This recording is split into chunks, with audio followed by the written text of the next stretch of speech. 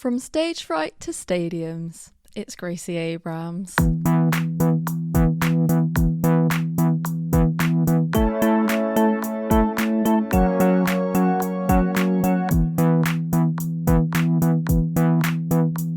Welcome to 6 Notes of Separation. If you're new to the podcast, here's how it's going to work.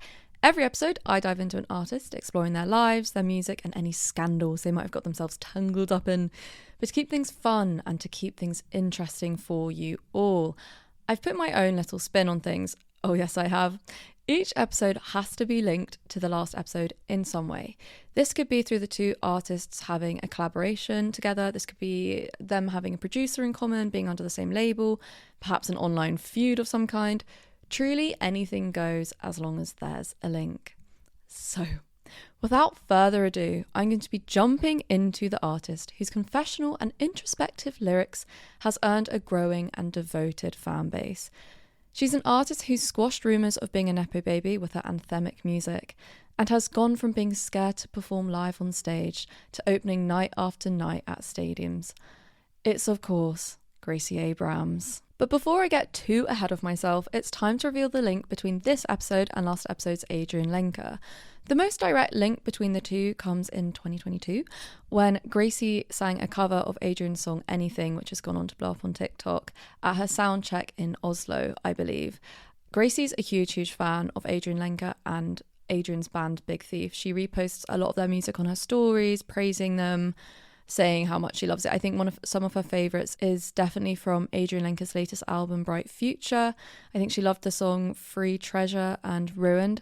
But these sound checks that Gracie does before her show have just attract so much popularity online. I think Exile, she covered Exile by Taylor Swift and Bon Iver, and that's become a bit of a fan favourite. But one of these ones she did was Anything by Adrianne.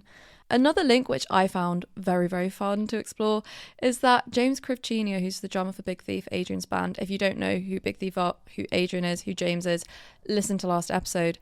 But James is a session musician. He's worked a lot on Taylor's albums and does a lot of the drumming on, I think, her Taylor's version. So a lot of like the re-releases of Speak Now and Fearless and all of that.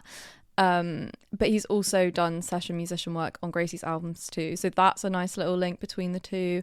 And the last one kind of comes again, it's a bit more of an indirect link, but Gracie works a lot with Aaron Dessner, the producer, who is part of the band The National, and Big Thief, Adrianne's band, opened for The National in around the 2017-18 period. So that's like another link between Gracie and Adrianne. Anyway, that's all the links out the way. But before we rewind to the start of Gracie's life, it's time to introduce you all to a very new and exciting part of the podcast. I told you last episode that the next one would be a special one, and well, I was telling no fibs, because if you might have noticed, if you've been listening to the pod for a while, you'll notice that there's a bit in brackets in the title that isn't normally there. Well, that is because 6 Notes is bringing you special episodes every now and then featuring fans of the artist I'll be exploring. The main aim of this is to really have a fan put their own knowledge into the podcast and have their own unique and personal spin on it. I think as a fangirl myself, there's so much knowledge fans acquire that you can't just get off Wikipedia, and I would just love to have fans come on and share that knowledge, give a kind of inside perspective, give the perspective of someone who's close to the artist rather than someone like me who's kind of reading it from an outside perspective. So I'm absolutely thrilled to have Carla join us for this episode on Gracie Abrams, where we'll be discussing not only where it began for Gracie, but where it began for Carla too. So before we travel back to the start of Gracie's life, do you want to quickly introduce yourself to the listeners? Tell them who you are, why you're a Gracie fan, how it all happened. Sure. Well, my name's Carla. I'm 23, actually turning 24 next week, which is crazy. Oh my God, that's so exciting. Yeah, well, I'm kind of in the midst, but yeah.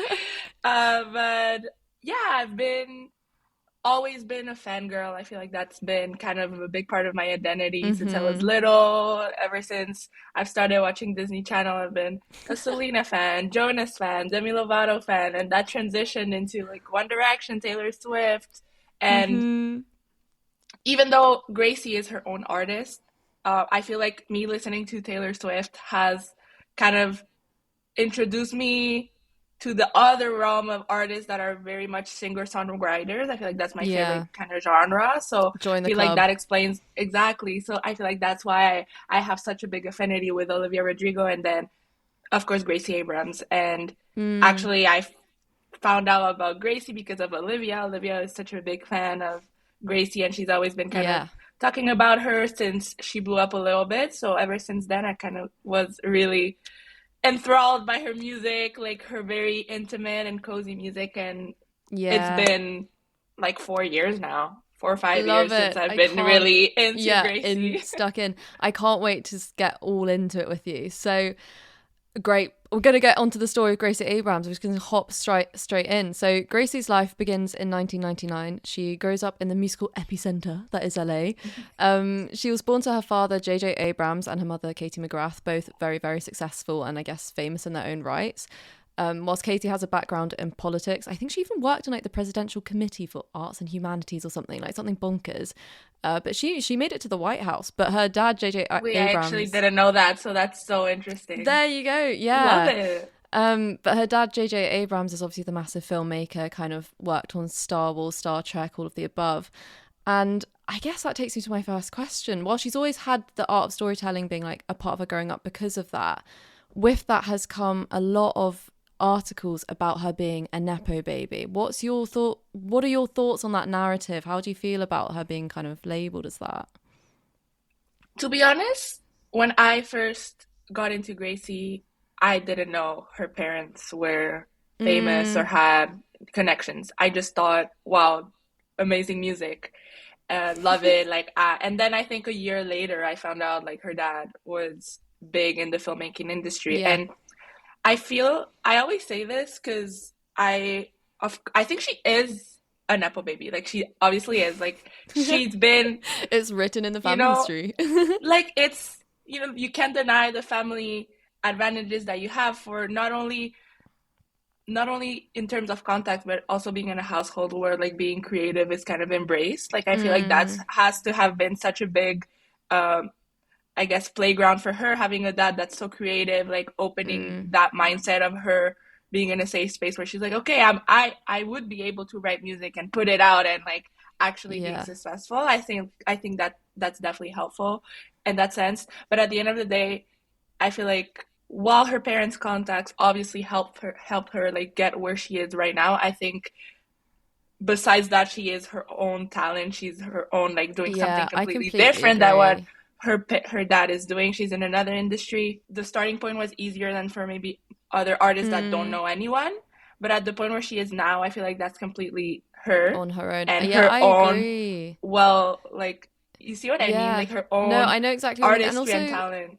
I think a lot of what you were saying is so true in the sense of I think a lot of fans have no idea of her family background. They just kind of know her for her No, music because it is very much a generational thing. I feel like the magazines that have all said, "Oh, she's a nepo baby, she's a nepo baby." They're all of a maybe shall I say an older generation, a generation for sure. before ours that would know her dad a lot more than I think we Yeah. would. So I feel like, fans of hers and our generation go into it just thinking, oh, this is just a talented musician. And then all of a sudden you kind of see that she has this, I guess, connection to the film industry. Exactly. I feel like a lot of people start to write off artists when they find out they're a nepo baby without actually giving a chance to Yeah, their music. so Because true. at the end of the day, even if you have contacts in the industry, and by the way, I feel like for you to make it in any industry, you have to, like, part of it is connections. Like, Yeah, as you're in the definitely. professional world or like anything, like, it's of course about your skills, but as well about the people you know. So I feel like Mm. that side is a little bit hypocritical as well. And I think that's it. She's very like accepting of the fact she's grown up in a Yeah. place of privilege, and she's grown up probably. I think while some musicians have grown up not seeing success as something that could ever happen, like you said, I think she's Yeah. potentially seen it through her dad as like something that is a bit more tangible. But Achievable for anyway, sure. at the age of 8 years old, Gracie starts to take journaling more seriously, which leads her down the songwriting musical path. But she never sees music as an actual career path for her. She actually tends to go into a bit more of an academic high school, as well as going on to study international relations at uni, which I found super interesting. I think clearly she had a bit of inspiration from her mum there.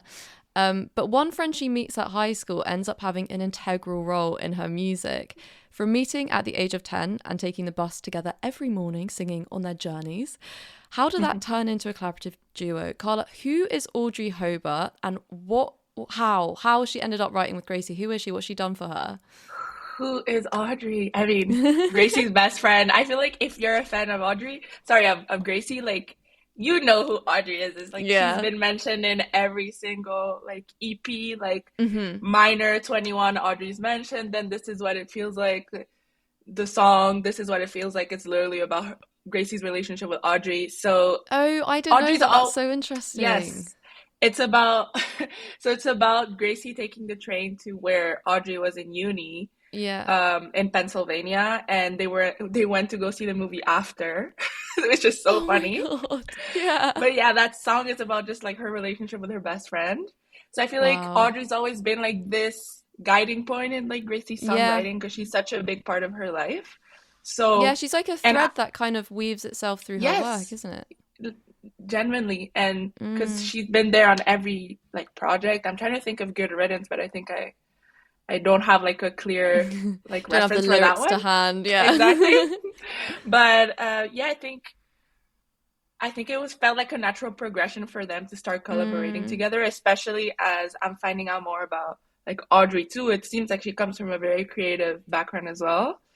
So I don't know if you know, but her brother is like a singer. No, I didn't know. So I know that Audrey is a writer for Warner Brothers, I believe, or like a writer's assistant. She does stuff in the writing field, but I didn't know about this brother. That's really interesting. Yeah, and he went viral on TikTok. His name's Malcolm Todd, and he has this called this. If you don't know it, listen to Chest Pains, and I'm sure you've heard it. That's Audrey's brother. So I feel like it kind of makes sense as to why I can pick up the pieces a little bit as to why Audrey would also be musically and creatively inclined. Yeah. And it seems that Audrey is also going to be releasing her own music, which I think is super interesting. Exciting. And also she has a fab voice. But she's one of the main collaborators on the latest album from Gracie, The Secret of Us, which we're going to get stuck into later. But there's one song in particular that caught the attention of the internet, and I would say it's probably the reason why everyone knows Gracie. Tell me about That's So True. Why did it grab people? Because it kind of blew up before it was released, I think. Yeah, totally. I think it has a lot to do about like the timing of where it came, like was kind of released or sample. I feel like last year it was such a pub girl moment, and like Gracie was like on her uphill, with Risk, and then I Love You, I'm Sorry, that was having its own moment. And I think the moment where That's So True came out was kind of like where she was getting at her peak, well, she's still at her peak, but you mean like really where she was like growing rapidly, I would say. And so I think exactly, and I think that song in particular, the playfulness, like it's just so unapologetically like being a girl, like how girls feel, and I think it's just so unserious and so fun that it resonated with a lot of people. And I think I definitely think that's what Audrey brings to the table when she writes with Gracie. It's that like, that relationship of two best friends, like having a conversation. Yeah, they're kind of bouncing off each other. Exactly, which is so poppy and... Yeah, because didn't they perform it before it came out? So just to be clear for the listeners, like it came out it came on the deluxe of The Secret of Us, released a couple months after the album. But there's like this lasso move or something that kind of became popular, was it? There was something Audrey did on stage that I think is what grabs the fans' attention. Like I think she's just quite goofy in the way she dances. She's hilarious, and I think she brings this kind of... I think how much fun they were having was probably very infectious to everyone looking and like hearing the think song. That's really interesting point. Yeah, I think it is that. I think she brings out a bit more of a goofy side from Gracie, which you don't normally see. Totally. So they met at high school, Gracie went on to obviously study international relations at uni in 2018. But by the end of her first year, she took a break from the studies to focus on her music, as most musicians do. Since 2017, she had also been in an on and off relationship with an upcoming producer, Blake Slatkin, which I found fascinating because I know him just as I don't know him, but I know of him just as a producer out in He's the music genius, industry. By the way. Like all of the projects he's done, he's great. Amazing. Yeah, he's worked with so many artists, but obviously at the time he was a student himself.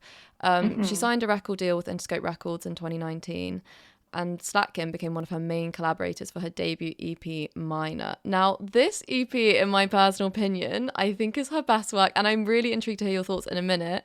But just for context for people, like, she did gain massive, even from the get-go, she gained massive praise from upcoming musicians at the time. Yeah. So she'd been friends with Billie Eilish since she was 15 years old, and Billie had kind of praised her music online because they'd both been on SoundCloud at the same time, I believe. Billie Eilish named Gracie's song Friend as one of the best pop songs ever. And then the EP also saw one of Abrams' idols, Lord, none other than the Lord, sliding into her DMs asking, Lord, bow down, sliding into her DMs and asking for a download to one of her songs. And this one really fascinated me. A fan favourite from the EP, I Miss You, I'm Sorry, ended up being the inspo behind none other than the 2021 hit Driver's License. And then obviously she ended up opening for Olivia, which we're also going to get onto. But yeah, all of this, from the get-go, just Gracie seemed to have so much hype behind her. And I believe this is around the time where you started to become a fan. So what grabbed you about Gracie's music? I think as I mentioned before, I think it was Olivia, like, really, as you said, she was talking about I Miss You, I'm Sorry, how Gracie is such an inspiration. And I remember by the end of 2020, I was like, okay, let me give it a go. And I was like, this EP is just, as you said, perfection. Like, it's every so good. song is really good. And I don't know, I feel like it was something different of the same genre that I usually like. I feel like I hadn't heard anything as similar as her. And I think also her voice really captivated me.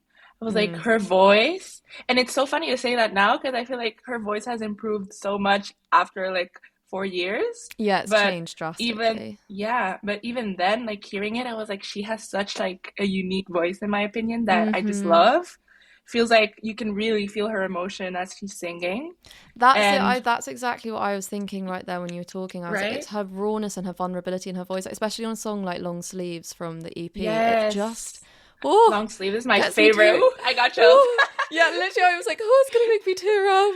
I know, it's just so insane. And like, I feel like it came out also at a time, the pandemic and all of that, where it just feels very cocooning and like comforting. And like, I was in my room listening to it as I watching the video of I Miss You, I'm Sorry of her in her room. So I just felt like, it just felt relatable. Super relatable. Yeah, and what's really interesting I found was that during, like, when she first signed the record deal with Interscope, she was actually terrified of being on stage. Like, that was the one thing she was like, oh, I don't know if I can do that. But so what she did in lockdown was she did these like concerts, right? She did these kind of like, I guess, Zoom call performances. Yeah. Did you ever join one, or like, if you didn't, like, how do you think that created the fandom?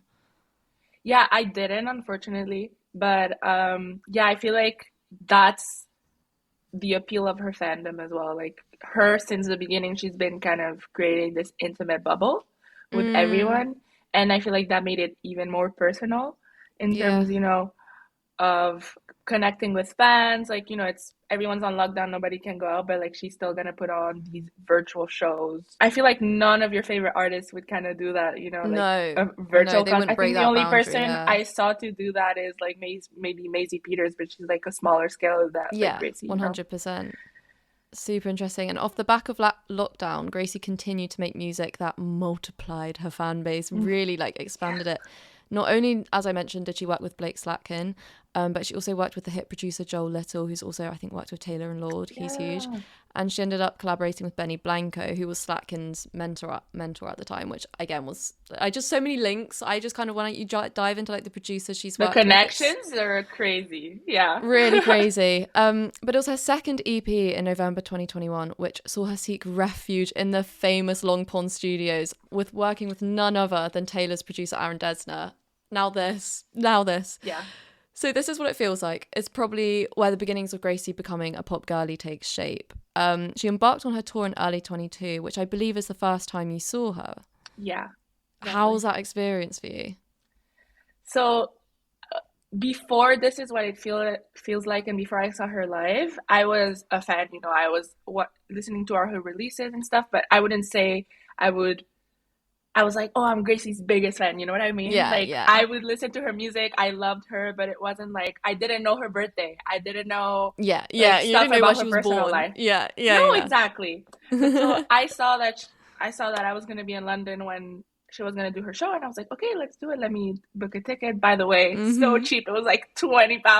Like Wasn't it? that would never. Because this is what's so Nah. funny for the listeners. So we actually ended up going. So there were 2 nights in London in May 2022. You went to Mm, night one, I believe, and I went to night two. And it was so funny. yeah. Like I just saw that you went to the show, and I was like, hang on a second, I recognize this venue.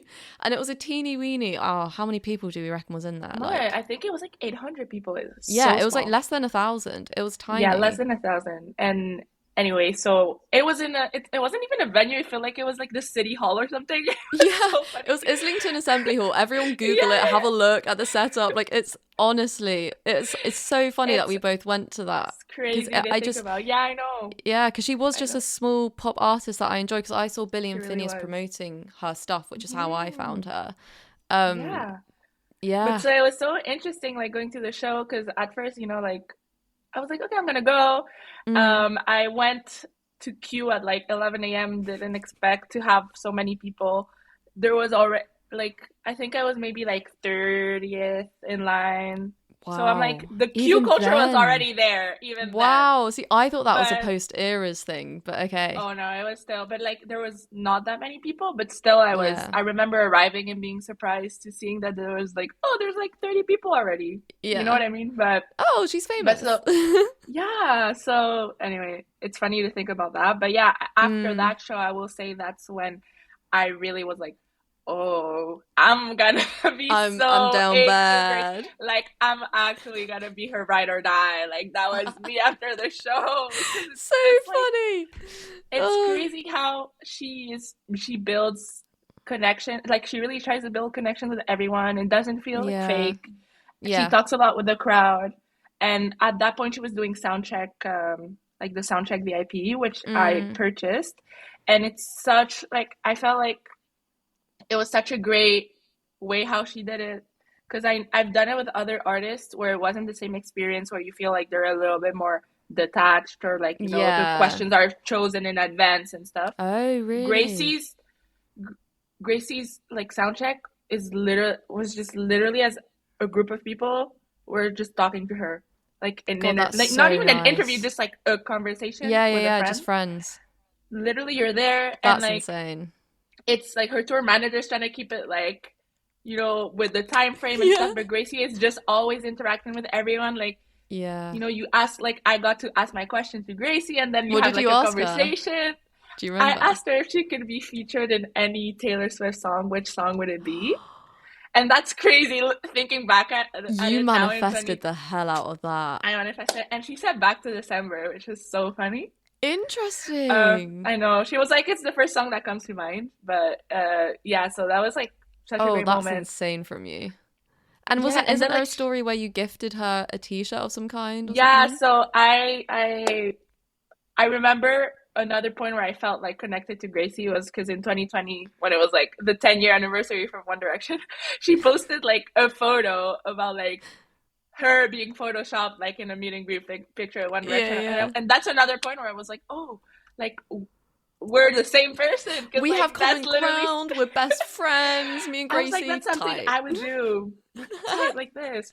Also, I feel like it's in this new era where now, like, the artists that I really love are my age. So we Yeah. have so many, like, so much more things in common. So, like, those things, Mm, that was funny to, like, kind of put together because before it was like, oh, I'm 9 being a fan of someone who's like yeah. 18. It's like Yeah. different. But, like, Yeah. now we're literally in the same age range.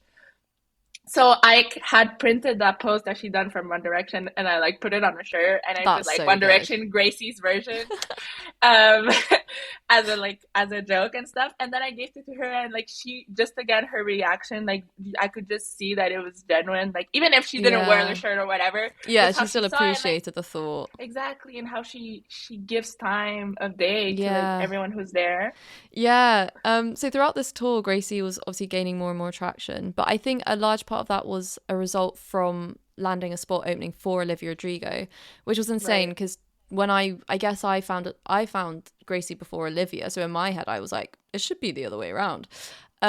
But did you see a change in her stage presence or confidence after that tour, do you think? Actually, for me, the biggest change that I saw in her is after the Eras tour. I don't Yeah. think, I don't, I mean, it was probably like a great learning experience for her to be touring with Olivia, Mm, and it probably built her fan base even more because it's like the similar target demographic, I would say. mm, But I wouldn't say I noticed like that huge of a difference between the This Is What It Feels Like tour and then going to the Good Riddance tour. yeah. But really, like The Era store the has Good Riddance changed tour things. from The Secret of Us tour, just like Insane, insane isn't it? job. Yeah. Yeah. Which, okay, so we're going to get there. I'm going to fill in the gaps for everyone. So she bagged her first Grammy nominee for Best New Artist in 2023, as well as featuring on Noah Kahan's Everything Everywhere, because he had obviously shot to success through Stick Season. I think Right. that was a collab the pop girlies were just dying for.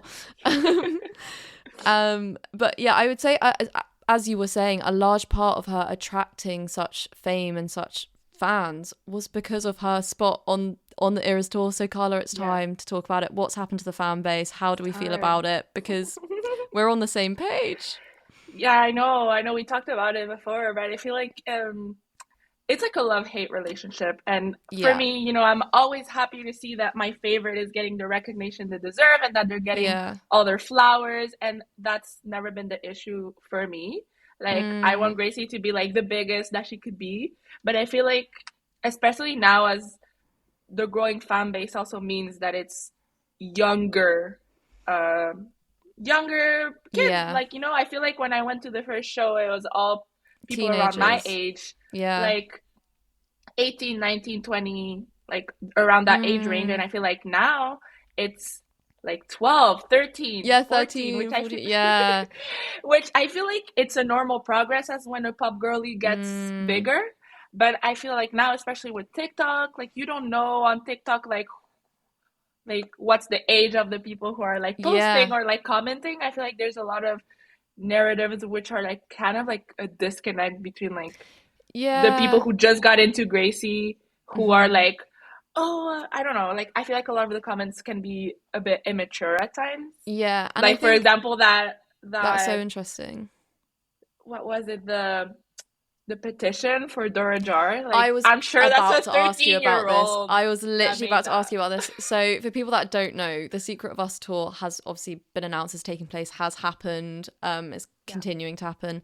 And Dora Jar, who's a really acclaimed artist, like she's opened she's for great. Billie Eilish. She's definitely opened for loads of other people as well. It's so funny because Um, I saw the 1975 in Montreal in like 2 years ago she now, opened for and them as well, she didn't she? opened for Yeah, them. yeah, Yeah. yeah. Um, so yeah, she's quite. I would say she's quite big as like as far as an opener goes. And what do the Yeah. Gracie fans do, Carla? They start a petition. Yeah, What is they this did. petition? So, some fans in Europe created this petition. I don't know. Some Me and fans. my friends, our theory is that it's just like a 13-year-old, who wanted role I think model that's or something. hilarious. Like, Yeah, it has to be a teenager. Like, it can't be someone who's like 20. Like, because because who would if you're care? 20, Like, I you feel like when you're understand 20, you the have better point of things an to do. opener. Yeah, Yeah, exactly. and you understand the point of an opener that's going to be someone Mhm. who's just like you're going to Mhm. be introduced to new music. So I don't Yeah. really understand what was the point of this, but like, it felt like it was either like a kid that wanted like this viral TikTok artist. I don't Mhm. know. And so basically, what happened is that this petition was created about a letter addressed to Gracie being, we don't know who Dora Jar is. Like, It's we such want a joke, someone this else story. as an opener. It's actually such a joke. And unfortunately, like, that petition went viral on Twitter and I Dora Jar just saw it. And like, Dora Jar is like honestly the funniest and like the most humble person ever. Oh, Cause like, I her wouldn't have responses were handled it so great. sweet. No, I would have had a Yeah, breakdown, but she was literally like, I would have "That's had a so fine." breakdown. She was like, "Yeah, people Yeah. don't know who I am. That's understandable, but for me, it's giving me more of a chance to prove them wrong." And I was like, "Yes, Dora, like No, her reaction go." was amazing. And then, I feel like that's a bit of the toxic side because, I mean, Gracie doesn't comment on anything that happens on the fandom. And I feel like she's Yeah. detaching herself more and more as she Mhm. should because it's getting a bit crazy. And now, like, she commented on that, like, petition. She was like, "This is so weird. Like, I'm sorry. We love you, Dora." Like, she had to Yeah. make a comment on it, which I feel like it's such a weird thing Yeah, and I to think happen. what's odd is that Gracie has such, well, she always she has so much love for her fans and shows them so much Yeah, appreciation.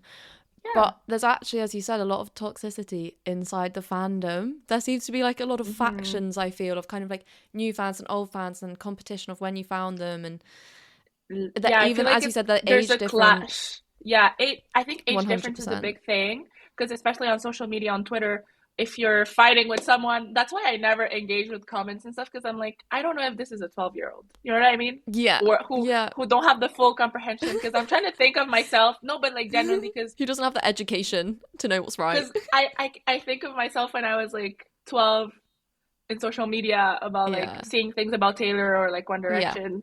Stuff is crazy, you know, and it's just because it's all 13-year-olds fighting. And Yeah, like so, you've like, been through it. You've exactly. learned. So, I've learned about it. So, it's like, I feel like it's the age difference, first of all, then also kind of this competition. And that comes to the point that we were talking before because Gracie built her fan base about community, um, Yeah. being that close knit group of friends. She keeps Mm. feeding into that, which this is actually a point that I was like, Gracie, you need to stop. I love you. But like, you go, when I was at her show in the O2, she was like, I feel like we're like super close friends, blah blah blah. Saying that to like a 20,000 room, I'm like, girl, This is like the you can't do thing with that the power, anymore. yeah, because I have these power, like, you know, the podcast knows I have a parasocial relationship to Miss Billie Eilish. I do. And it's Yeah, because, but I think she's got better at it now. Like, she has boundaries now, but I think that's come with Billie getting older. But she was at this yeah, age when she was younger and a teenager where she was just like, I love my fans, they're my friends. And I feel like that's very much the same approach yeah, Gracie adopts. And it totally. just, like you said, it feeds But into Gracie's this. not stopping, and like I feel like you know. Even as she was saying that in the concert, like I was like, "Girl, like you need to stop because you're feeding into my parasocialness. Like you need to stop Yeah. doing that." So I Yeah. can't imagine like a 15-year-old like hearing that. I remember you were saying that there were some inside jokes between the fandom, and is that something that still happens, or has a lot of those jokes kind of got lost with these new I fans? think I think we're losing some of a lot of ancient text. We are. Mm-hmm. Mm-hmm. We're losing the um, law. we're losing the lore. No, I mean, I feel like my issue is with the people who say they're a fan, but they just know all the viral TikTok songs, which happens with a Mm, lot of artists that go viral on TikTok yeah. now. And then when they sing other songs or whatever, it's just like they don't So did you care, like notice that at crickets. the concert with the Secret of Us Yeah, tour? Did you notice that it was like yeah. so loud for the TikTok songs, and then it was just kind of a bit, half the Yeah, stadium like a singing? little bit. I in the Europe tour, I went to the Dublin show and the O2 in Wow. London. I will say Dublin, that's where I noticed it the most because like there was like people around us that were like pushing and you could tell they were only screaming for I love you, I'm sorry. Then Oh God, no. they get the lyrics wrong, which I'm like Oh. which is fine. Like, you know, you don't have to know all their lyrics, but like the fact like why are you pushing to go to the front and like you Yeah, just don't even know yeah. all the But lyrics that's like also because of, it's because of the effects of TikTok. Like everyone wants the best video so they yeah, can post totally. it and then, have it blow up and have Gracie see it or Yeah, that's whatever. an exactly that's another point that I that I wanted to mention is I feel like it's a competition in terms of like who's gonna get the most likes and views Mm. because I have this great video, you know? I'd be really intrigued to hear your thoughts on the album, The Secret of Us, because in my personal opinion, I don't know if it's the placebo of Mm, knowing that she opened for Taylor or yeah. like opened at the Eras tour, but for me, it just felt too swift. It didn't, Hmm. I actually didn't really like the album. I just felt it didn't feel like she was pushing herself. It just kind of Yeah. felt like she was doing what was safe. Maybe that's an unfair Yeah. judgment, but I'm intrigued what you feel as a fan. Yeah. Honestly, I feel like when it came out, because when it came out last year, I listened to the album and then I liked it. There was like Free Mm, Now, for example, immediately loved it. mm. Yeah, Let yeah. It There were like Happen a as couple well. like that for me as well, where I was Yeah, like immediately enjoying. I knew it, I know you, obsessed. But I remember, for example, when Risk came out, like the single, like, you know, they're fun songs, like Yeah, they're, and it was cool to see Gracie lean more into the poppy side and the yeah, more and be more fun songs, extroverted. Yeah, one hundred and be more percent. extroverted. Like also how her voice, like you know, like she was actually kind of, it wasn't whispering anymore, like it was actually like Yes, yeah, singing, fully and formed. Exactly, fully formed. But I wouldn't say it's like my favorite. At initial listen, it wasn't like, oh, this is my favorite Gracie album. And I feel Mm. like when it came out, I didn't have a fixation on the album like I've had with Okay, other or the other albums. ones. Okay, so that's actually reassured me a lot because a lot of my No, friends absolutely loved it, and I was like, am I yeah, just missing something? And my taste has changed a lot. That I was like, am I just not into pop? yeah. But actually, I'm glad that you feel the same I in think the thing comparison. is, especially if you've listened to Gracie's older work, is that, I was attracted to Gracie because of her like rawness, because of all of the good written style. Like that's Mm, like my thing with Gracie. I love that. Like, and not that The Secret of Us is not like deep or whatever, but I felt like it was more of her like summer pop fun yeah. album, which is awesome and love that for her. But Mm. I'll still for her like and her artistry, like I'll lean more towards a minor or like a good riddance. You see what I mean? Just bring back Minor, please. No, Bring back exactly. Blake. Dare I But say it? that's Controversial. but that's why for me when the album kind of like really clicked though, because I do love it now. It's not like an album that I'll be like, okay, like I'll play it front to back like I do with Yeah. her other albums. But some of the songs though that came out are like my favorite. Like I Told You Things, like that song. Mm. Has something over you. Yeah. Yeah. But when I think about it, why is it that song? It's because it's definitely like her kind of a good More, riddance type of vibe. yes, yeah. You see what See I that? mean? Yeah, I find that so fascinating. And Yeah. as we both said earlier, like you can see that growth in her from pre Eras tour to post. Yeah. Just to give people the dates, she was with the Eras tour from what was it, like April to August of 2023, and then Yeah. October to December of 2024.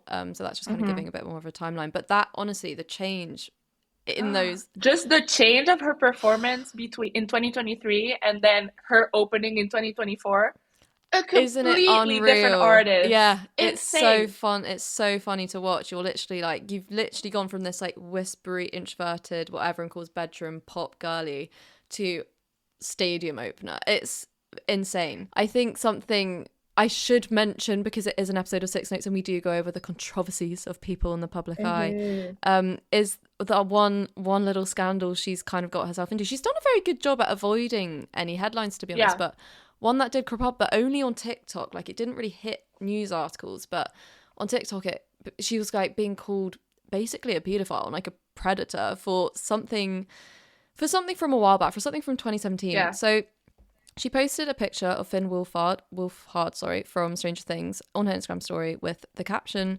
"Sticky situation, him being 14 and still incredibly down." So obviously she was about 17, 18 at the time. He was 14 years old. The internet goes, that is creepy. Because if the roles were reversed, if that was a man saying that about a 14-year-old girl on TV, it would be like the end of his career. Yeah. But I think where Very it gets true. really out of hand, though, for me personally, I didn't actually. This is where I'm going to probably get cancelled. But for me personally, I didn't think it was like. No, I think I'm I feel like like you. I agree with you. So, you can tell the humor in it, because for me, I was yeah. like, well, the fact that you're literally just posting about Finn Wolfhard's character, you're posting about what's his name, like something Wheeler, Mike Wheeler. I Mike was like, Wheeler, yeah. you're saying that about Mike Wheeler just being like a cutie patootie. You're not saying that about Finn Wolfhard and being like, wow, this man is Yeah. absolutely gorgeous. So I think the whole comment made was clearly a joke and was clearly something based off fantasy. Like it was based off Yeah. a TV show character. So I didn't really understand why the whole internet wanted to just jump on the hate train. And also it's, Mm-hmm. she's apologized to Finn and said that they're on good terms and kind of had to like make an apology to the fandom. But I'm intrigued to know what your thoughts are. Like, do you think it's affected her reputation within the fandom? Yeah. I don't think within the fandom, to be honest. Like, again, I feel like sometimes social media kind of escalates something to like Mm-hmm. be like the worst thing ever. Like, I would say Yeah. maybe because when I think about like some of the things that maybe all of us stuck with our friends and stuff, like all of us would be canceled at Yeah, this all of point. us Like, would do let's that. be Yeah, it's like honest. it's And just like such a meaningless yeah, joke.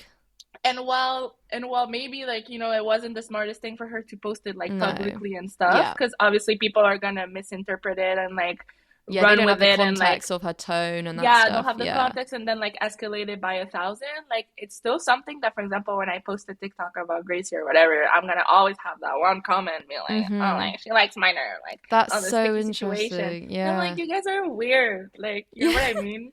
Get Also, over yourselves. she was a teenager. It's not Yeah. like she was like I understand that if the roles were reversed, like it'd probably be like perceived even worse. Like I Yes, understand that agreed. Now that I do completely. agree with, yeah. But it's like, if she was 17, like what? I'm sorry, like I watched Stranger Things and like I'm like I'm about Gracie's age and still when I watched it I Yeah. was like he's cute, like Like, what? put Like me what am I gonna say? down. But like it's I see what you mean when she means humor because I it's like the same thought that I probably had as well, being like, Mm. oh, he's cute, but like he's 14, so like so So yeah, again, no, and I think you know what I you mean? just know it's just not malicious. But I think Yeah, that's also the effect of TikTok, where it blew up this video of Gracie, yeah, of like someone canceling Gracie for it, and then all of a sudden that looks like that's how people perceive Gracie, but it's not. It's just because yeah. loads of people have seen that video and it's been circulating. I think if anyone actually believes that narrative, it will be people that aren't really her fans. I feel like it'd be people that don't know much about Mm, her and have just seen that one thing and have stuck with it. But that's totally. really everything we have. That's all there is to know about Gracie Abrams, I feel. But before you go, I have a few quick fire questions for you. Are you ready, Carla? I'm ready. Okay. Number one, what's one song by Gracie you think everyone should listen to? Ooh, that's a really good one. Mm-hmm. Um, It's tough. it's so tough because she has so many good like Say long songs. sleeves. I love Long Sleeve. I really do. But I think I'm gonna take a song from Good Riddance and Okay. I'm gonna say Two People. Okay. If Okay. yeah, I really went deep cut on this one. Two Mm. People. If you actually want to cry, that's a good That's the song. one. That's a Okay. good song to cry to. Also, another underrated Shower one is song. Cedar. Cedar is Yes. so Yes. good. I enjoy this one too. Okay, great. So next question. Who would you love Gracie to collaborate with? Wow. I feel like she's collaborated with a few artists lately that I'm really happy about. Yeah. Like Knock On was amazing. Wasn't it? Um, I would love her to collaborate, um, I don't know, maybe with Muna or like Lucy Dacus. Boy Genius Yeah. would be fab. Oh my God. Yeah, Yeah. imagine. Oh, And my so last good. question for you is, what do you want to see next for Gracie? Where do you want to see her go or do? Yeah. I feel like now that she has cemented her audience and like she's in a really good spot in her career, I just want her to keep exploring um like her songwriting skills, like see Mm, where she can go. Like she's already great at it, but like to see yeah. what's See how more much in better she that. can be. Yeah, and I would love her to see maybe collaborating also with other producers. Because Yes, I yes. love her work with Aaron Dessner. I love But I it. fear it's And kind of had its time now. yeah, I feel like if you don't want it to sound like your other projects or similar at the end of Mm. the day, like it's kind of the same. Even though I love Jack Antonoff, it's kind of the same comments I have for Taylor sometimes. Yeah, no, okay, yeah, really glad we're also on the same page with that. Yeah, But I've I had enough love of Jack Jack and Antonoff. I Taylor. do love him. I've had enough. I'm over but it. but yeah, so maybe like like while keeping her like improving her songwriting skills as well, like maybe a new producer could bring her a new Yeah, edge. I I'm don't know. almost feeling maybe a poetry book from her. I think that could be really good. Yeah. I would love that But I'm actually. also so on board with the new producer. And that, oh, fantastic. And on that note, thank you so much. Honestly, I can't thank you enough for coming on today, Carla. It's been an absolute joy and pleasure to have you. If anyone wants to find you on your socials, where can they find you at? Yes, you can find me on TikTok. My username Hmm. it's Carla's World Tour. I post a lot of concert videos because that's basically my lifestyle, and then just like Yes, we fangirl love to see stuff, it. scangirl stuff. So yeah, you can find me on TikTok. Fantastic. Okay, well that's it. Thank you so much. You've been an absolute legend. I just have so much Thank gratitude. you. This was so fun, and like I love talking about my favorite girlies anytime. Thank you for like Oh roping me into this. I loved no, it. I've had so much fun.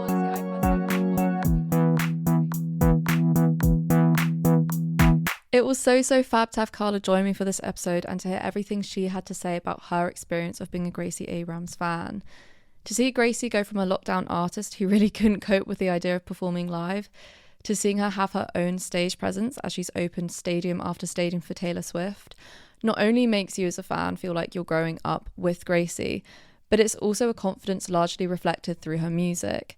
What was once introspective, whispering thoughts resonating with fans haunted by similar feelings has now become arena screaming anthems, laid with relatability and an extroverted sense of buoyancy.